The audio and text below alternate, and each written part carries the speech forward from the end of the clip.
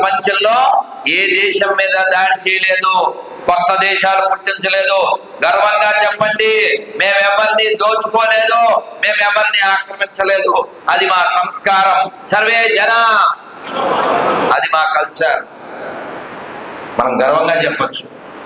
కానీ ఆ భాషను మతస్థులు చెప్పలేదు. మీరు విన్నారా? 1943, 41 అంటే స్వతంత్రం రావడానికి కొన్నేళ్ల ముందే 37లోనూ ఈ దరిద్రులు, అప్పుడు విన్స్టన్ చర్చిల్ అని ఉండేవాడు, ఇంగ్లాండ్ ప్రధాని.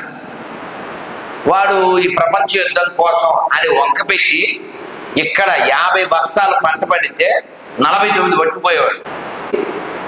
30 మిలియన్ హిందువులు చచ్చిపోయారు. మిలియన్ అంటే 10 లక్షలు, 30 మిలియన్ అంటే 3 కోట్లు. కేవలం తిండి పెట్టగా మనం పండించిన పంట పట్టుకుపోయి చంపేశారు.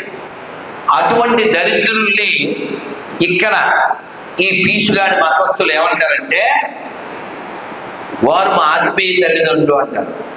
కాబట్టి ఖచ్చితంగా ఎడారి మతస్థుడు దేశద్రోహి, వాడు మానవ జాతికే ద్రోహి. వాడిని బయ్య అనేవాడు పరమనీచుడు.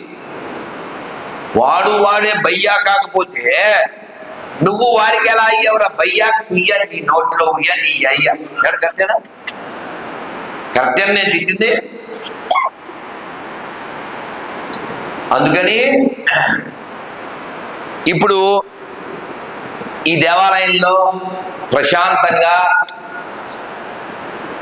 పైన తెల్లగా గాలి చల్లగా మన మనస్సులన్నీ మెల్లగా ఇలా మాట్లాడుకోగలుగుతున్నాం. రాముడు వారి దర్శనం చేసుకున్నాం, ఎప్పటిదాకా భజన చేశాం, ప్రసాదం తిన్నారు, ఇప్పుడు వింటున్నారు. ఈ పరిస్థితి పెషావర్లో ఉంటుందా? పిఓకేలో ఉంటుందా? ఢాకాలో ఉంటుందా? డోకా లేకుండా ఇటువంటి స్థితి ఇన్నెందుకు చెప్పండి? పాత బస్తీలో ఉంటుందా?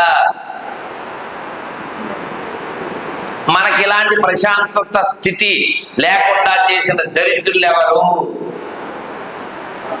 ఆ దరిద్రుడు నీకు భయ్య ఎలా అయ్యాడు? ఇన్నెందుకు? వాడు చిన్నోడు, వాడిని అడుగుతాను, రానా బాలవాకు దా, అక్కడే నుంచో దగ్గర దగ్గర. ఏం పేరు నాన్న? చిరంజీవ చిరంజీవ సుఖీ భవ.